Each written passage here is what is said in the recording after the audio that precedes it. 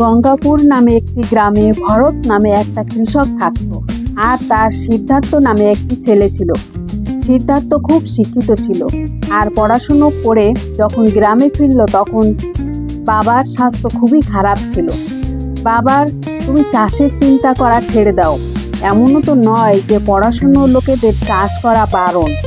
তা নয় বাবা, লোকে কি বলবে? বাবা বলল, এত লেখাপড়া শেখার পর শেষে খেতে কাজ করবে? মা বলল, হ্যাঁ বাবা, এটা কি ঠিক? লোকে কি বলবে? বাবা বলল, রাজার দরবারে একটা ভালো কাজ কর বাবা। তুই তো লেখাপড়া করেছিস, তোর জন্য নিশ্চয়ই ভালো কাজ থাকবে। সিদ্ধার্থ বলল, বাবাকে এই অবস্থায় রেখে আমি কোথাও যাব না মা।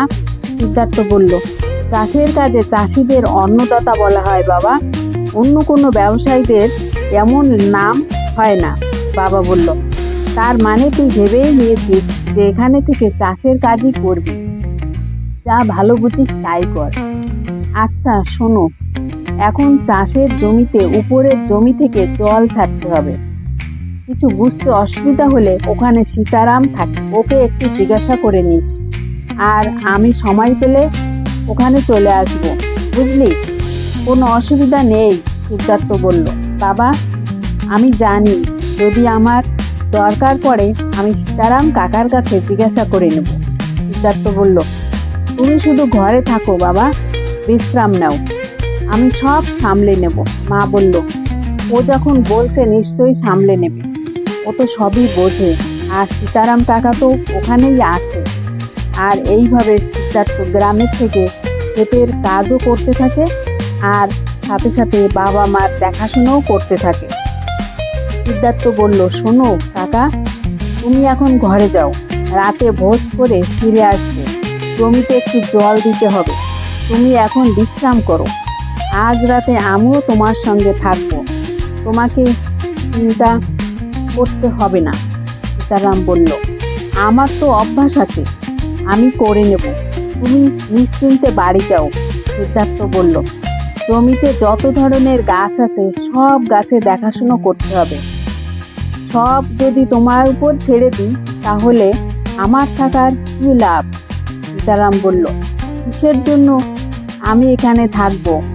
তোমাকে দেখে মালিকের কথা মনে পড়ে, সেও তোমার বয়সী একই রকম ছিল। তারপর সেই রাতে সীতারাম খেতে জল ছাড়ে। যখন সে ক্ষেতের কাছে আসে তখন একটা সাপ ওকে কামড়ে দেয় আর সীতারাম অজ্ঞান হয়ে যায়।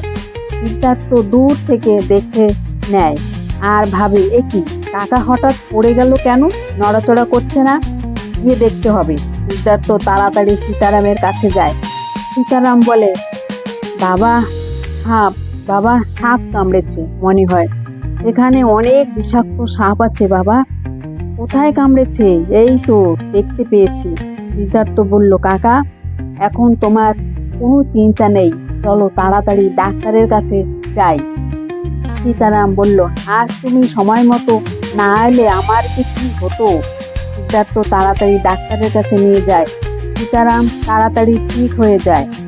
খেতে ফসল ধরে আসছে আর এই বছর ফসলও খুব ভালো হয়। সিদ্ধার্থ বলল, বাবা ফসল এবছর খুব ভালো হয়েছে আর খুব ভালো দামও পাবো। বাবা বলল, ফসলের দাম কখনো কম বা কখনো বেশি হয়ে থাকে, সব সময় একই রকম থাকে না, ভালো দাম ওঠা পর্যন্ত একটু দেরি করতে হয়। সিদ্ধার্থ বলল, আমি তো সেটাই ভাবছিলাম, আমি আনাজগুলো গুদাম ঘরে রেখে দিয়েছি। বাবা বলল, খুব ভালো করেছো বাবা, বাহ, তুমি তো সব খুব তাড়াতাড়ি শিখে গেছো। বাবা বলল, বৃষ্টি হতে পারে, বাকি ফসলটাও গুদামে রেখে দিও। এইভাবে সব আনাজ ও শস্যকে গুদামে রেখে দেয়। কিন্তু দুর্দিনের মধ্যেই ঝড় বৃষ্টি শুরু হয়। সিদ্ধার্থ বলল, বাইরে কত ঝড় বৃষ্টি হচ্ছে আর তার সাথে মেঘ ডাকছে। বাবা বলল, তোমার বাইরে যাওয়ার কোনো দরকার নেই, বাইরে বাজ পড়ছে দেখেই তো মনে হচ্ছে, আর ঝড় তুফান উঠছে। সিদ্ধার্থ বলল, বাবা গুদামে জল ঢুকে গেলে সব নষ্ট হয়ে যাবে। হে ভগবান, গুদামে বজ্রপাত পড়েছে, এই গুদামে যা ফসল ছিল সবই নষ্ট হয়ে যাবে। বাবা বললে, প্রকৃতি কখনো যে কি রূপ পাল্টায় এটা তো জানা যায় না। বাবা বাবা বলল, ভাগ্যে যা লেখা আছে সেটাই হবে। তুমি বাইরে একদম যাবে না। বেশি বৃষ্টি কেটে গেলে গুদামেও জল ঢুকে যাবে আর ফসল সব ভিজে যাবে। আর সিদ্ধার্থ খুব দুঃখী হয়। কষ্ট করে আনা আনাজগুলো আজ সব নষ্ট হয়ে গেল। ভেবেছিলাম এবার ভালো লাভ হবে, কিন্তু এখনো তো দেখছি আনাজের একটা চিহ্ন মাত্র নেই। বাবা বলল, বাবু, জীবনে তো এরকম চলতেই থাকে, এতে মন খারাপ করার কিছুই নেই। এরপর কি চাষ করবে সেটা নিয়ে ভাবো। এরকম ভেবে ভেঙে চললে কি করে চলবে বলো? সিদ্ধার্থ বলল, সত্যিই তো, এই আনাজ নষ্ট হয়ে গেল, সেটা ভেবে দুঃখ করে কি লাভ? আগের বছর কি চাষ করবো সেটাই ভাবতে হবে। পরের বছর সিদ্ধার্থ নিজের পরিশ্রম দিয়ে ফসল ফলায়। ফসল খুব ভালো হয়। বাবা বলল, এবারও খুব ভালো ফসল হয়েছে। ঠিক আছে, গোদামে রেখে দাও, আর 4 মাস পরে দাম বাড়লে বিক্রি করা যাবে, তখন তার দাম পাওয়া যাবে। আর এইভাবে 4 মাস কেটে যায়। সিদ্ধার্থ বলল, বাবা, আনাজের দাম তো বাড়ছে না, আর কতদিন এভাবে অপেক্ষা করব? নিশ্চয়ই এর পিছনে দালালের হাত আছে। তারা আনাজের দাম বাড়তেই দিচ্ছে না। এত কম দামে আমরা যদি ফসল বেচে দিই তাহলে আমাদের লাভ হবে না।